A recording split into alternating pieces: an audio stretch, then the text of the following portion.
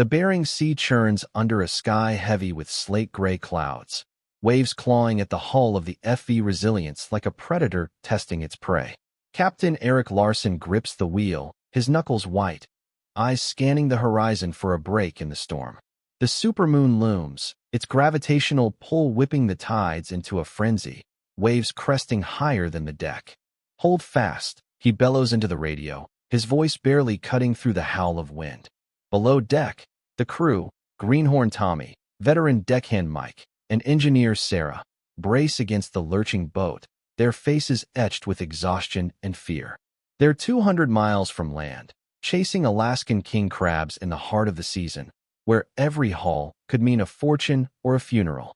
The Resilience shudders as a rogue wave slams the starboard side, sending crab pots sliding across the deck. Tommy, barely 20, scrambles to secure them, his boots slipping on the icy surface. "Move, kid," Mike yells, hauling him back just as another wave crashes over the rail, soaking them to the bone. The cold bites deep, the kind that numbs your hands and clouds your mind, but there's no time to think. The crabs are out there, and so is the money, $50,000 for a good haul, enough to keep the boat afloat another month. Eric knows the stakes. He's been at this for 15 years, following in his father's footsteps, a Norwegian immigrant who taught him the rhythm of the sea. But the sea doesn't care about legacy. It's claimed men better than him, and tonight, it feels hungry. The radio crackles with a distress call from the FV Northern Star, a rival vessel caught in the same storm. "Mayday, mayday, we're taking on water." The voice is frantic, unrecognizable. Eric's gut twists. He knows their captain, Jake Morrow, a friend from his early days. Jake's got a wife and 2 kids back in Dutch Harbor, same as Eric. He hesitates, then barks orders to redirect the Resilience toward the signal. "We're not losing another one," he mutters, more to himself than the crew. The decision weighs heavy. Every minute off the crab grounds costs thousands, and the bank's already breathing down his neck. But out here, you don't abandon a brother. The crew doesn't argue, though Tommy's eyes are wide with panic. He's heard the stories. 80 times the death rate of a desk job, men swept overboard, crushed by pots, or lost to hypothermia. Sarah, the engineer, keeps the engines roaring, her hands steady despite the sleep deprivation gnawing at her. She's the only woman on board, tougher than most, but the sea doesn't discriminate. It'll break anyone who falters. As they plow through 20-foot swells, the camera crew captures every moment, their lenses fogging in the salt spray, equipment lashed to the deck to keep it from washing away. They're unsung heroes, enduring the same hell as the fishermen to tell this story, their footage destined for living rooms thousands of miles away. Fans of Deadliest catch will see the raw terror, but they won't feel the bone-chilling cold or the dread that knots your stomach when the sea turns cruel. The Resilience reaches the Northern Star's last known position, but there's only debris bobbing in the waves, a life raft, splintered wood, a single orange buoy. Eric's face hardens. "Keep searching," he orders, though hope is fading. Mike, who's seen too many seasons to believe in miracles, mutters about the cost of this detour. "We're burning fuel we don't have," he says, low enough so only Tommy hears. Tommy's too green to understand the math. $700,000 in government subsidies keeps boats like theirs afloat, but it's never enough. Local fishermen, without the show's backing, scrape by on $77,000 a year, facing the same risks for a fraction of the reward. Back in Dutch Harbor, Eric's wife, Lena, waits for a call that might never come. She's used to the long silences, the nights spent wondering if he'll make it home. Crab fishing has already taken its toll on their marriage. Missed anniversaries, arguments over money, the constant shadow of loss. She watches Deadliest catch like everyone else, but for her, it's not entertainment. It's a reminder of what she stands to lose. The show's cameras don't capture her sleepless nights, just as they don't show the full weight of Josh Carter's story, a fisherman from a rival boat whose life unraveled after a season of bad hauls. Josh's legal troubles, arrests for bar fights, a DUI, made headlines, but the show glossed over the deeper pain, addiction born from the stress of a job that demands everything. Eric's mind flashes to Josh as he steers through the storm, knowing how easily a man can break out here.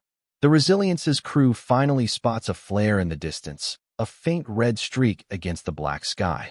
It's the Northern Star's crew, clinging to a half-submerged lifeboat. Eric's team hauls them aboard, hypothermic but alive. Jake's among them, his face ashen, muttering apologies for dragging them into this. "You'd do the same," Eric says, clapping his shoulder. The rescue costs them hours, but it's a rare victory against the sea. Back on the crab grounds, the storm hasn't let up, and the crabs are deeper now, driven to colder waters by warming seas. Climate change is rewriting the rules, pushing the hull to riskier depths. Eric's radar pings with a promising spot, but it's 300 feet down, where currents are stronger and pots can snap like twigs. He takes the gamble, knowing a single good haul could save the season. The crew sets to work, dropping 800-pound pots into the abyss, each one a $5,000 investment that could come up empty. Tommy's hands tremble as he baits the pots, his inexperience showing. Mike snaps at him. "Focus, or you're bait yourself." It's harsh, but panic out here can kill. The cameras zoom in, capturing the tension, maybe amplifying it for the audience. Fans love the drama. Mike's gruffness, Tommy's struggle, but they don't see the unscripted moments, like Sarah quietly fixing a hydraulic leak that could have crippled the boat. Hours later, they pull the first pot. It's a jackpot. King crabs, their spiny legs thrashing, enough to fetch $20,000 at market. The crew's mood lifts, but Eric knows it's not enough. They need 10 more like this to break even, and the season's running out.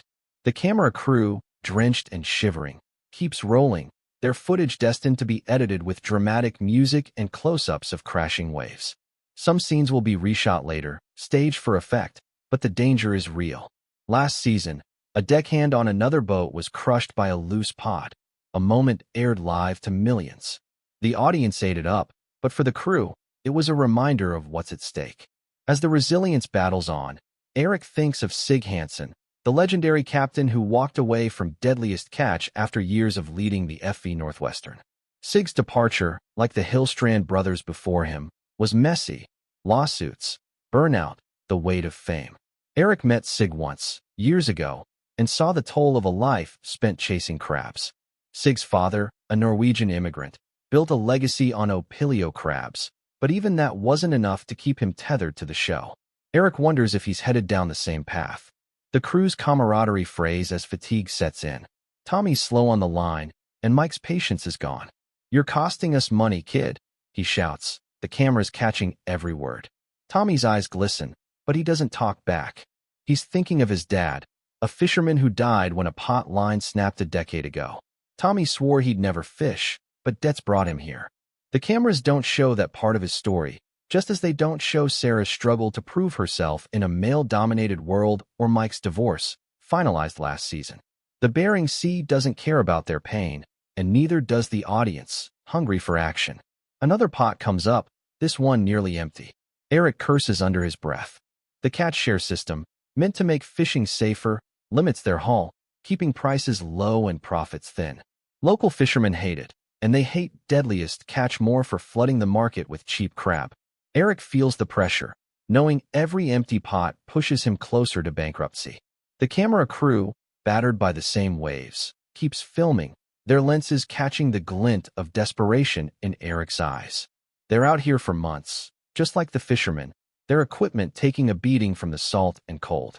One cameraman, Alex, lost a $10,000 lens to a rogue wave last season, but he's back, driven by the same stubborn grit as the crew.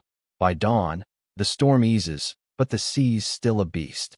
Eric's running on coffee and adrenaline, his crew on fumes. They pull one last pot, a decent haul, but not enough to call the season a win. Back in Dutch Harbor, they'll offload, repair, and head out again. The cameras will keep rolling, turning their lives into entertainment. Fans will cheer the big hauls and gasp at the near misses, but they won't see Lena's quiet tears or Tommy's nightmares about his dad. They won't feel the weight of a job that's 80 times deadlier than theirs, where every wave could be the last. As the resilience cuts through the gray dawn, Eric spots a whale breaching in the distance, a rare moment of beauty in this brutal world. He doesn't smile, but he takes it as a sign to keep going. The sea gives, and the sea takes. For now, they're still here, chasing crabs, chasing survival, while the cameras capture it all for a world that'll never truly understand.